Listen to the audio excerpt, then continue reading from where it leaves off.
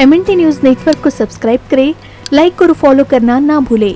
साथ ही bell icon दबाकर जन जागृति की मुहिम में जुड़े रहें।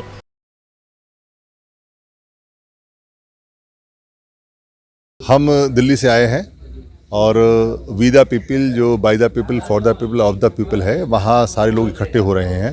तो उसी का जो निमंत्रण यहाँ से बाम सेव के थ्रू गया था, उसके तहत में हम यहाँ 5 लोग आए वी द पीपल से। कैसे लगा सर यहाँ आके आपको? क्या ये यहाँ आके बिल्कुल हमें ऐसा लगा जैसे हम अपने घर में आए हैं। और सबसे खुशी की बात ये लगी हमें कि क्योंकि यहाँ हमारे अपने सारे मूल निवासी, बहुजन, समण, इंडिजिनियस जो लोग हैं वो सारे के सारे हैं। और यहाँ के वातावरण में, क्योंकि हम रात को ट्रेन में तो सो नहीं पाए, मगर यहाँ आके हम ऐसे सोए जैसे अपने घर में सो रहे हों। बिल्कुल सब बहुत बढ़िया लगा हमें और सारा कुछ बहुत बढ़िया है। बाबा साहब की बहुत बढ़िया कृपा है और सभी लोग बहुत अच्छे और बहुत अच्छा है। यहाँ जो बैठक हुई उसके बारे में क्या कहना चाहेंगे? वो बैठक जो यहाँ हुई है वो नागपुर की 28-29 तारीख की हिस्ट्री में एक ऐतिहासिक बैठक रहेगी, क्योंकि पूरे भारत में और भारत के बाहर जितने भी समण लोग हैं, बहुजन लोग हैं, मूल निवासी लोग हैं और जितने भी इंडिजिनियस हैं या जो बाबा साहब के और जो फूले के, कबीर के, बुद्ध के जितने भी अनुयायी लोग हैं, भारत के सारे समण लोग, वो सारे के सारे ही इस बात के लिए फड़फड़ा रहे हैं, जितने भी संगठन या ऑर्गेनाइजेशन के, हमको जब तक हम जुड़ेंगे नहीं तब तक हम जीतेंगे नहीं। तो जिद्द हमारी जुड़ने की है, जुड़ेंगे तो हम जीतेंगे। तो जुड़ने का उनको माध्यम नहीं मिल रहा, प्लेटफॉर्म नहीं मिल रहा। दरअसल कोई आदमी फेविकोल का और गोंद का काम करने के लिए तैयार नहीं हुआ।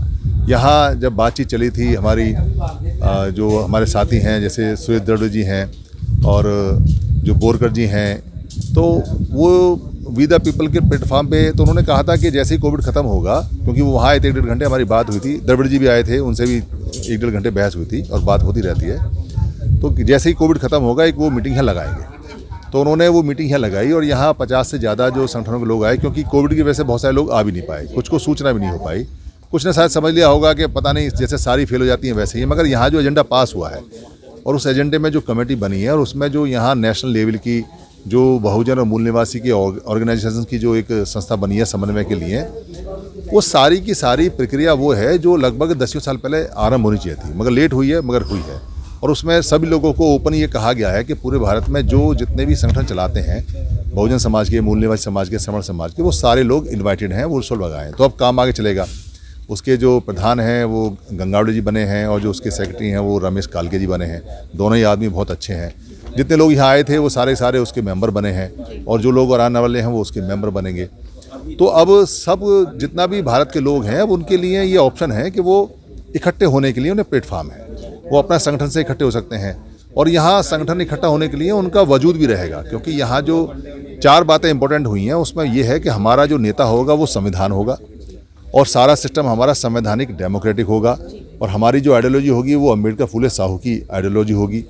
और जितने भी संगठन हैं वो इंडिपेंडेंट भी काम करेंगे और कलेक्टिवली इसलिए जैसे संविधान में ये प्रायोजन होता है कि भाई अगर कोई बड़ी बात हो जाए तो सब इकट्ठे हैं, बाकी छोटे छोटे अपने संगठन चलाते रहें। तो जैसे मान लो रात के 12 बजे कोई ऐसी अनाउंसमेंट हो गई जो समण समाज के लिए घातक है और बेकार है, तो वो इकट्ठे कैसे होंगे? तो उस इकट्ठे होने के लिए ये सारे लोग अब इकट्ठे हो गए हैं, तो सभी अपने अपने संगठनों में पूरे देश में मैसेज कर देंगे। तो वो अगर रात के 8 बजे अनाउंसमेंट होती है तो 8:02 पर वो इकट्ठे हैं, बस 2 मिनट का मैसेज का टाइम लगेगा। और अगर सारा मीडिया फेल हो जाता है, सारा नेटवर्क भी बंद कर देते हैं, जैसे आजकल क्या करते हैं, कोई बात होती है जैसे तो नेटवर्क बंद कर देते हैं, तो भी कोई दिक्कत नहीं है, क्योंकि अब सारे लोग जुड़ गए हैं।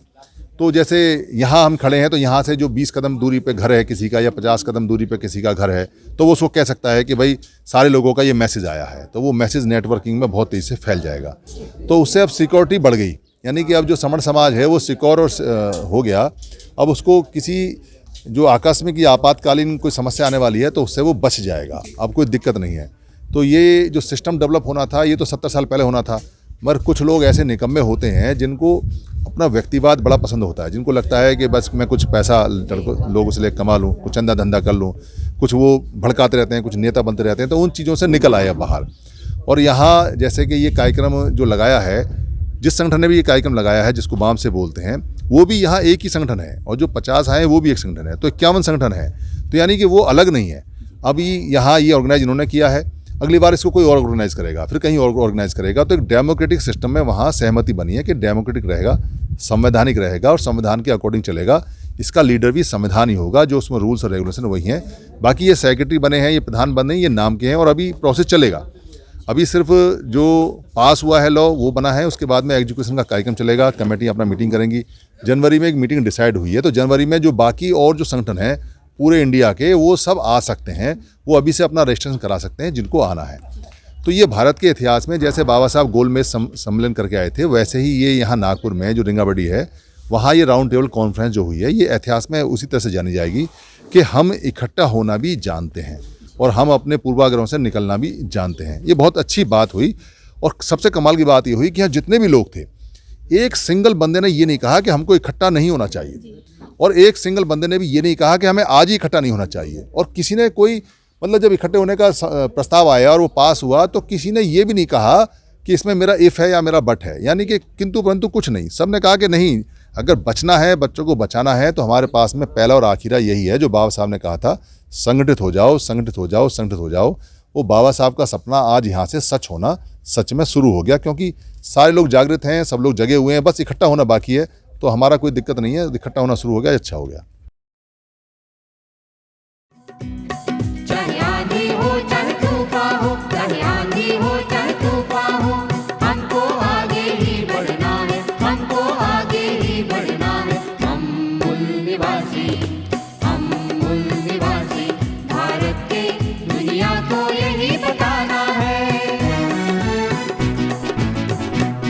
चाहे आंधी हो चाहे तूफान हो, चाहे आंधी हो चाहे तूफान हो, हमको आगे ही बढ़ना है, हमको आगे ही बढ़ना है। हम मूल निवासी, हम मूल निवासी भारत के, दुनिया को यही बताना है।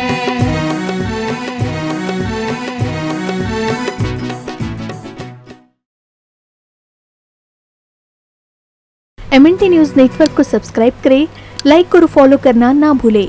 साथ ही बेल आइकॉन दबाकर जन जागृति की मुहिम में जुड़े रहें।